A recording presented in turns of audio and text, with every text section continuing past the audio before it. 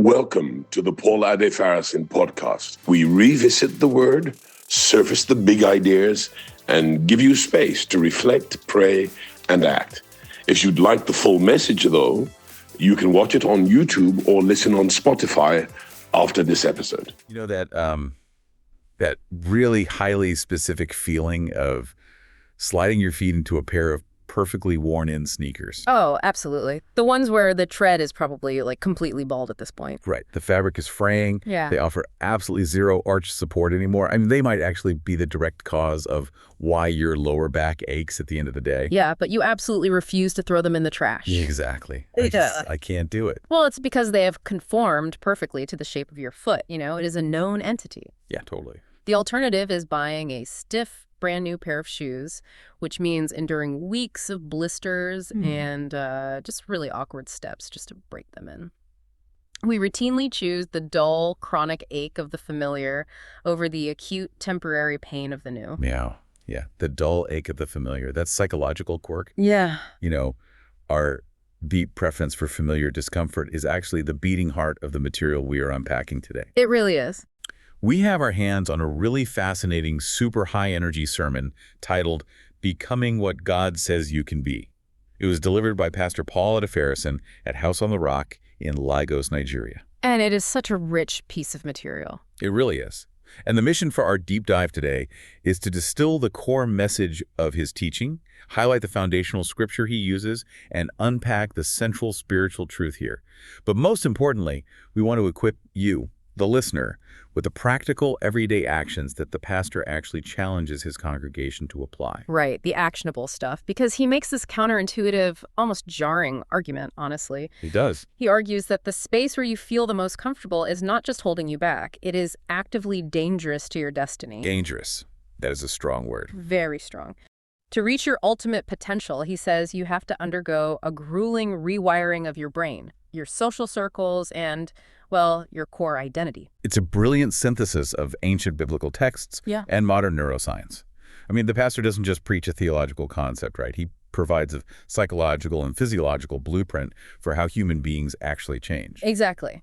But everything he argues rests on one central foundational premise. Right, which is what? The idea that God calls you by your future potential, not your current reality, and certainly not your past failures. Okay, so to ground that idea, the sermon zeroes in on the story from Genesis 17, which he later connects to the theology in Romans chapter 4. Right, the story of Abram. Yeah, Abram. And the name Abram literally translates to father.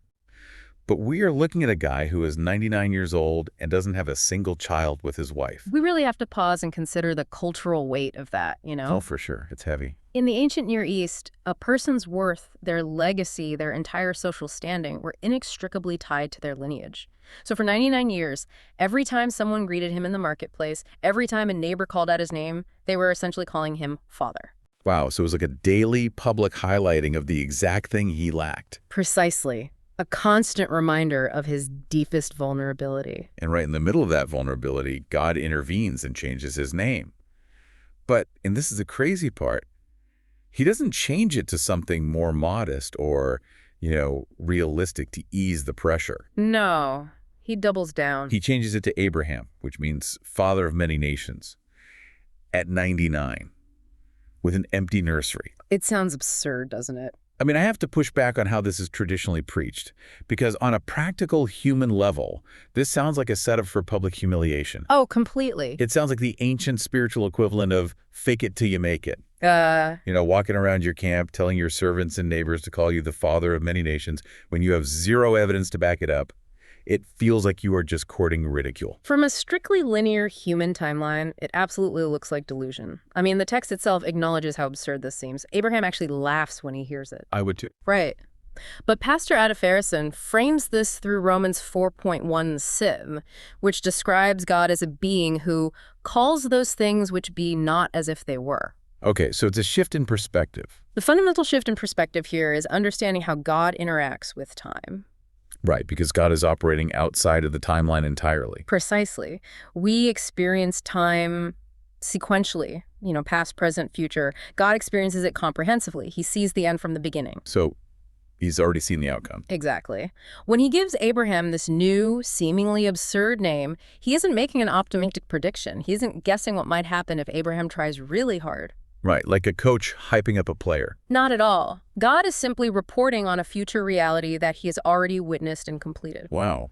Reporting on a completed reality. The pastor makes the point that the friction isn't about whether God has the power to do it. The friction is our own inability to perceive that completed future with our stubborn heads. Okay, I get the theology of God being outside of time. I really do. But if I'm Abraham, I am still very much stuck in time. You are indeed. I still have to wake up tomorrow, look at the empty tent, and face my highly skeptical neighbors. That psychological friction between God's completed reality and my daily lived reality, I mean, that has to be agonizing. It is. You are basically being asked to live in two different dimensions at once. Exactly. That agony is incredibly real. And it is exactly why the pastor introduces the mandatory prerequisite for stepping into this new identity. Which is leaving the land of the familiar. Yes, you cannot navigate that profound psychological friction if you stay in an environment that constantly reinforces your old reality. This is why the second major scriptural anchor is Genesis 12:1. Where God commands Abraham to leave his country, his kindred, and his father's house. Right, you have to leave. The sermon notes really emphasize the danger of those familiar circles. And it isn't framed as maliciousness, right? Like, it's not that your family or your childhood friends hate you and want you to fail. No, not usually. It's that they have unconsciously boxed you in based on historical data. They know your dysfunctions. They remember the mistakes you made 10 years ago. Their mental schema of you is entirely built on your past performance. Right. Human beings are deeply social, mammalian creatures. Our survival historically depended on understanding the hierarchy and the roles within our tribe. So everyone has a designated spot. Exactly. When someone in the tribe suddenly tries to adopt a radically different role, a new identity that contradicts the established data, it creates cognitive dissonance for the rest of the group. They don't know how to process it. Right. The group will subtly, often unconsciously, try to pull you back to the baseline they recognize, simply to restore order to their own understanding of the world. It totally reminds me of the phenomenon of typecasting in Hollywood. Oh, that's a great comparison. Right. Imagine an actor who has played the bumbling, goofy comic relief on a popular sitcom for 2 decades. The audience adores him for it. He's the funny guy. Exactly. But one day, he decides he wants to be a dramatic actor, so he steps on stage to deliver a heavy, heartbreaking monologue. The moment he opens his mouth, the audience is going to start laughing. Because they're waiting for the punchline. Yes. They aren't trying to be cruel. Their brains are just primed to expect a joke from him. He literally cannot be a dramatic actor in front of his old audience. He needs a new room. He requires a completely new room of strangers who don't carry the baggage of his past performances in order to actually step into a new role. That captures the dynamic perfectly. The pastor uses a very stark phrase for this. He says, familiarity breeds failure. Familiarity breeds failure. That is heavy. Because we inherently want to belong to our group, we will subconsciously adapt to our environment to avoid making the group uncomfortable. We shrink ourselves to fit the room. Exactly. If you introduce a massive, future-oriented vision for your life to a circle that is anchored in your past, they won't believe you. Worse, you will eventually start to doubt yourself just to stay connected to them. So what's the takeaway for the listener? You must actively curate a new circle of people who are operating at the level of the future you want, rather than the past you are trying to outgrow. But, changing your zip code or joining a new networking group is really just moving the furniture around if the internal architecture stays the same. Oh, physical relocation is almost the easy part. The brutal fight is leaving your old mindset. And this is where the sermon takes a fascinating detour from traditional theology straight into the mechanics of neuroscience. Yes, Pastor Adefarasin introduces the concept of the human brain as an energy hawk. An energy hawk. I love that term. From a biological standpoint, the brain is an incredibly expensive organ to run. It consumes roughly 20% of our body's caloric energy, despite being just a tiny fraction of our body weight. It's a gas guzzler. Exactly. Because of this massive energy demand, the brain is highly motivated to conserve fuel. It is constantly looking for the path of least resistance, attempting to automate as many behaviors and thought patterns as possible. Right, because operating in the manual mind, like learning a new skill, navigating a new city, or forcing a new habit, requires heavy engagement of the prefrontal cortex. Which burns more calories. It literally burns more calories. It leaves you physically exhausted. And the pastor shares a deeply relatable, kind of humorous story to illustrate this neurological friction. The driving story. Yeah. He grew up driving in Nigeria, where you drive on the right side of the road and shift gears with your right hand. All right. After years of this, the neural pathways were fully paved. It was an automatic process that required zero conscious thought. Total autopilot. But then he moves to the UK and later South Africa, where they drive on the left side of the road. He essentially had to invert a deeply entrenched automated survival skill. And he admits his brain fought him violently for months. He would get into the car, and his right hand would automatically slam into the door panel, reaching for a gear shift that wasn't there. Oh, man. He was entirely disoriented. To avoid crashing, he had to force his brain into the manual mode, concentrating intensely on every single micro movement. Which is exhausting. So exhausting. He had to have someone sit in the passenger seat for months just to correct his automated instincts until the left side driving finally carved out its own new neural pathway and became the new automatic. When we map that biological reality onto our spiritual and personal growth, it really clarifies why transformation is so difficult. It does. When God calls you to a new identity, your brain's automatic programming is going to resist it. Because it wants to save energy. Right. Your fears, your default reactions to stress, your financial habits, these are deeply worn neural grooves built over decades. Yeah, they're paved roads. Stepping into a higher purpose requires forcing your brain through the agonizing discomfort of practicing unfamiliar kingdom-oriented principles manually, day after day, until the new software overwrites the old. He likens it to updating an operating system on an old phone, right? Like going from a BlackBerry to iOS 26. Exactly. You can't run the complex applications of your future on the outdated, buggy operating system of your past. A mindset is literally a mind that is set. Wow. A mind that is set. And to visualize how aggressively our old programming fights back, he introduces the analogy of a thermostat. Yes, this is key. This is probably the most illuminating mechanism he described. Think about a room where the thermostat is permanently set to 21 degrees Celsius. Okay, so a comfortable room temp. Right. If someone leaves the door open and the sweltering LIGO's heat rushes in, raising the room's temperature, the thermostat immediately senses the deviation from its baseline. It detects the anomaly. Exactly. It kicks on the compressor and forces freezing air into the room until it beats the temperature back down to exactly 21 degrees. It operates on a negative feedback loop. Its sole purpose is to kill anomalies and maintain the predetermined setting. And the psychological implications of that are just staggering. If your internal subconscious thermostat has been set by your past to failure or just getting by or second best, what happens when you suddenly experience a massive spike of success? Your automatic mind registers that success not as a victory, but as a dangerous anomaly. It panics. Your brain will initiate a negative feedback loop, triggering imposter syndrome, prompting you to pick a fight with your boss, or returning to destructive habits just to cool things off and force your life back down to the familiar temperature of failure. That is self-sabotage explained neurologically. Exactly. You have to do the exhausting manual labor of resetting that internal thermostat to success so that your subconscious fights to maintain excellence rather than mediocrity.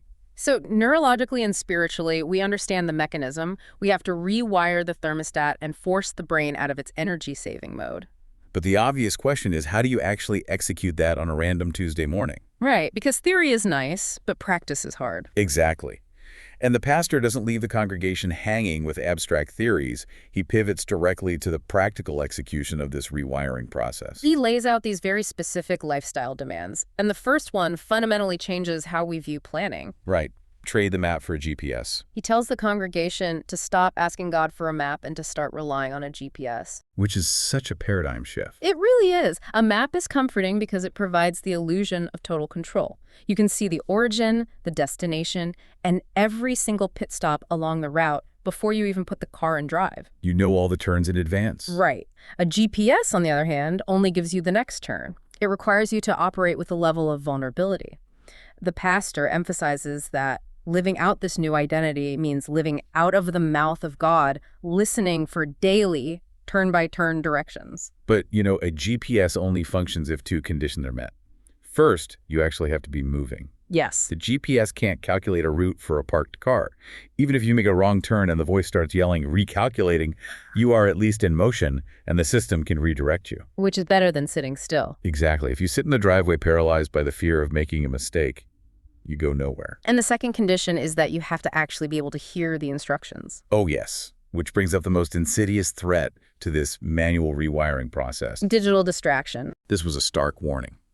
The pastor cites a metric that a single minute of digital interruption can destroy 20 minutes of deep concentration. 20 minutes lost for 1 minute of interruption. That's a terrible exchange rate. It's brutal.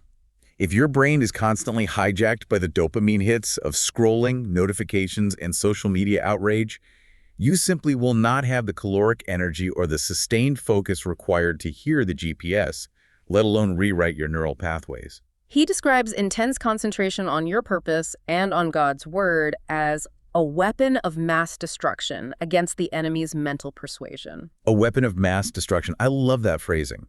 The attention economy is designed to keep you functioning on automatic. Reclaiming your focus is an act of rebellion. You cannot manually upgrade your mind if your attention is constantly fractured by the noise of the crowd. Okay, so you are in motion. You are guarding your focus fiercely. What are you supposed to be focusing your energy on? Right, what's the actual subject matter? Here is where the sermon takes a sharp turn away from what you might expect to hear on a Sunday morning. The pastor explicitly demands that the congregation leans into learning highly complex, unfamiliar skills. Like really leaning into the manual mind. Yes, he is talking about artificial intelligence. He's talking about data analysis. He is pointing out the future of macroeconomics in Africa, specifically the transition to green energy and the mining of raw materials like lithium and cobalt. It is a phenomenal example of putting the manual mind to work. He isn't just offering empty motivation. Not at all. He is identifying the literal economic and technological frontiers of the future and telling his listeners to dominate those spaces. That requires immense cognitive labor. Learning how generative AI impacts global supply chains or understanding the geopolitical value of lithium, that is the exact type of uncomfortable prefrontal cortex engagement that breaks old automated pathways. He makes it clear a $500,000 comfort zone is the precise mechanism that prevents you from reaching a $1 million comfort zone. I love how holistic that approach is. It completely shatters the false binary between spiritual faith and secular competence. Yeah, they aren't separate. It's not a message that says, just pray harder, wait for a miracle, and the money will appear. It's saying, pray fervently, listen to the daily GPS, and go enroll in a course on data analytics. Upgrade your financial literacy. Yes, faith is not a substitute for upskilling. Faith is the fuel that allows you to endure the friction of upskilling. That's a great way to put it. And because upskilling is a perpetual requirement, the pastor challenges a deeply ingrained cultural milestone. He insists that the concept of retirement is essentially a myth, a lie that leads to early expiration. Who actually said, we don't retire, we re-aspire. That might be the most memorable line from the entire deep dive. It's so good. The societal model tells us that at age 65, you stop being productive and retreat into permanent leisure. The pastor views that as a tragic waste of accumulated wisdom. Right. Why stop when you know so much? When one professional door closes, the expectation shouldn't be a rocking chair. It should be searching for a wider door. The mandate is to remain continually useful. You must find ways to be useful to your family, to your new, forward-thinking social circles, and to your nation's development. He points to the biblical figure of Moses, who was actively leading, strategizing, and pushing forward until his final breath, because he remained tethered to the usefulness of God's purpose. The moment you stop engaging the manual mind to solve new problems is the moment your thermostat resets to a lower baseline. It really is. So let's pull all of this into focus for you listening right now. The core architecture of this message from Pastor Adefarasin is that you are being called to a reality that already exists in the mind of God. He's calling you by the title of your future, not the dysfunction of your past. But stepping into that reality is not a passive event. Definitely not. It requires the courage to leave the comforting but stifling social circles that only recognize your history. It requires the exhausting, calorie-burning labor of overriding your brain's automatic drive for comfort. And on a practical level, it means throwing away the illusion of the map to follow a daily GPS. It means fiercely protecting your mental focus from digital noise, continually mastering terrifying new technologies like AI, and refusing to ever retire your ambition to be useful. It is a highly demanding framework. It absolutely refuses to let you settle for the dull ache of those worn-in sneakers. It really requires you to endure the blisters of walking in something entirely new. It does. Which leaves us with a final thought for you to carry into the rest of your week. I want you to really think about the name or the label that you've allowed to define your limits. We all have them. We do. Maybe your family labeled you the anxious one. Maybe your early career labeled you the underachiever. Or maybe you quietly labeled yourself the one who's just getting by. Right. Here is a question you have to wrestle with. Are you spending more of your precious cognitive energy defending that old, comfortable, familiar label than you are doing the grueling work of practicing for the extraordinary title you have already been called to? Thank you for listening. To go deeper, watch the full message on YouTube or listen to the full-length sermon on Spotify. Follow the podcast, and please share it with someone who needs it and leave your response in the Q&A. Kindly keep your heart on fire, your eyes on Jesus, knowing you are the exception. Grace and peace. We love you deeply.